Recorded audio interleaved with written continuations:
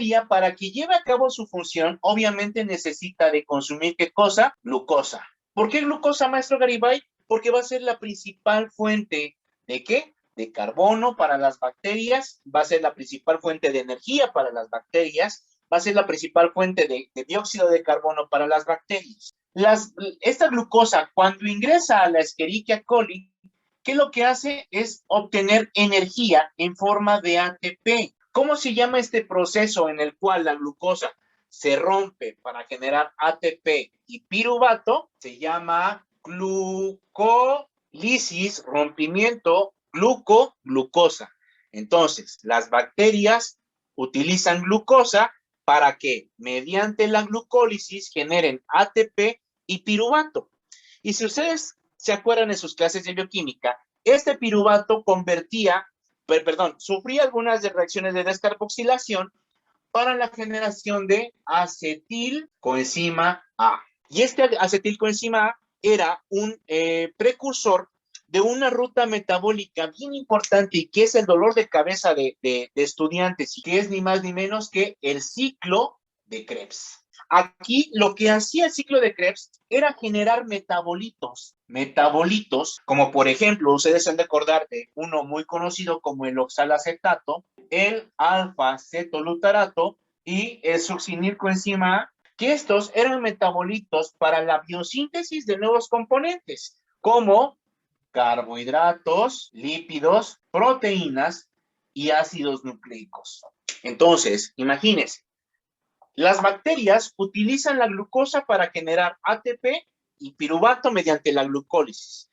Y además, el piruvato se convierte en acetilcoenzima A para que a través del ciclo de Krebs, la misma bacteria genere otros metabolitos, como carbohidratos, lípidos y proteínas y ácidos nucleicos, los cuales les van a permitir llevar a cabo su función. ¿No les parece eso fabuloso? A mí eso me vuela la cabeza. Cómo organismos bien pequeñitos tienen la capacidad de sintetizar sus propios nutrientes y además causarnos enfermedades. Pero aparte, existe otra ruta metabólica que a lo mejor ustedes no la han visto y que, bueno, es importante, sí, pero no es muy estudiada, que es la ruta de las pentosas fosfato. ¿Y esta qué pex, maestro Garibay? ¿Qué pex con esta ruta metabólica?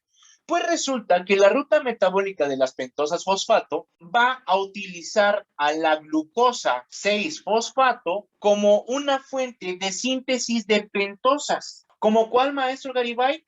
Como la desoxirribosa y la ribosa. ¿Y dónde encontramos esta, maestro Garibay? Pues ni más ni menos que en el ADN, ARN. Entonces, dense cuenta, mis niños, que la bacteria, de nuevo, como si fuera letanía, que las bacterias utilizan glucosa como principal fuente de energía y principal fuente de carbono.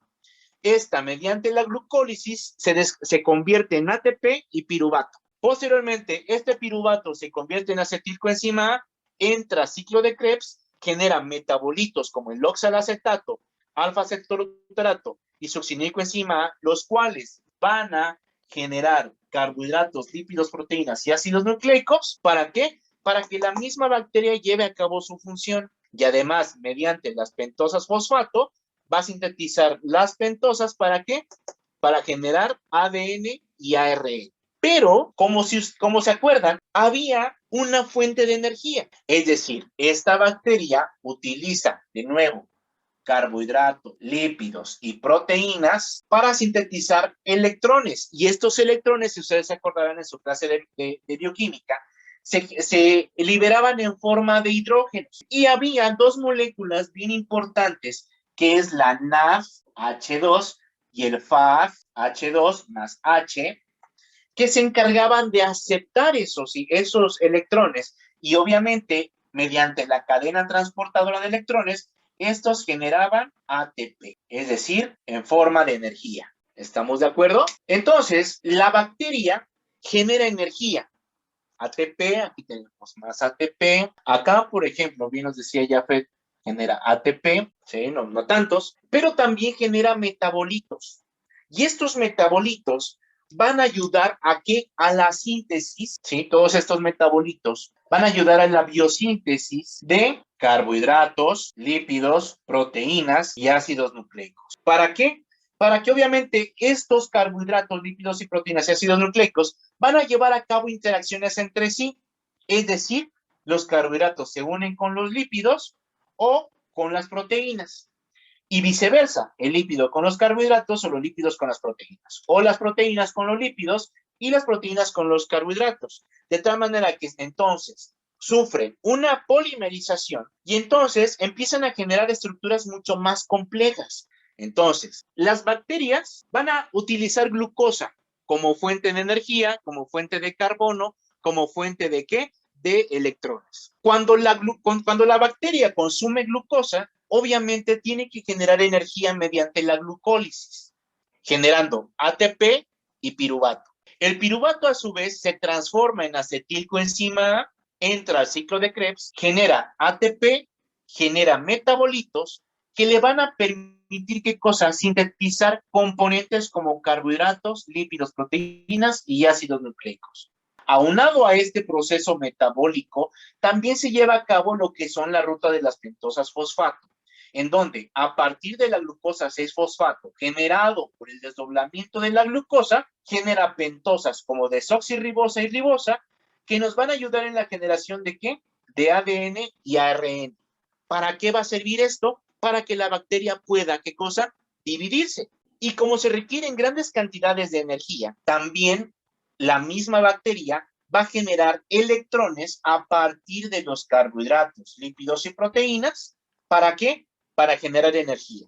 De tal manera de que la bacteria, utilizando la glucosa, puede generar metabolitos. Estos metabolitos se van a convertir en metabolitos simples como carbohidratos, lípidos, proteínas y ácidos nucleicos. Estos mismos metabolitos pueden unirse entre sí, es decir, el carbohidrato se une con los lípidos y genera, por ejemplo, glucolípidos. O si no, los carbohidratos pueden unirse con las proteínas y generar las glicoproteínas. Los lípidos se unen con los carbohidratos o si no, se unen los lípidos con las proteínas. Entonces, si nos damos cuenta, empiezan a unirse las moléculas entre sí y a hacer moléculas mucho más grandes. Estas moléculas más grandes pueden generar componentes como lipopolisacáridos, que van a ser importantes para la membrana plasmática de la célula. También, por ejemplo, los proteoglicanos van a ser componentes fundamentales de la bacteria. El ADN va a ser importante para llevar a cabo la reproducción de la bacteria y entonces se van a generar estructuras mucho más complejas, es decir, mucho más grandotas, como por ejemplo los flagelos. Los flagelos, como ya vimos, van a ser componentes que le van a permitir a la bacteria moverse. También otra de las estructuras que se generaron a partir de la generación del metabolismo bacteriano es ni más ni menos que el citoplasma. Y otro componente, por ejemplo, van a ser los ribosomas. Finalizando con ¿quién? Con el cromosoma. De tal manera que la misma bacteria utiliza, como se los decía anteriormente, la bacteria utiliza la glucosa para alimentarse, pero también va a utilizar la misma glucosa para sintetizar sus propios componentes, ya sea componentes sencillos o componentes mucho más complejos como los flagelos, el citoplasma, los ribosomas y los cromosomas.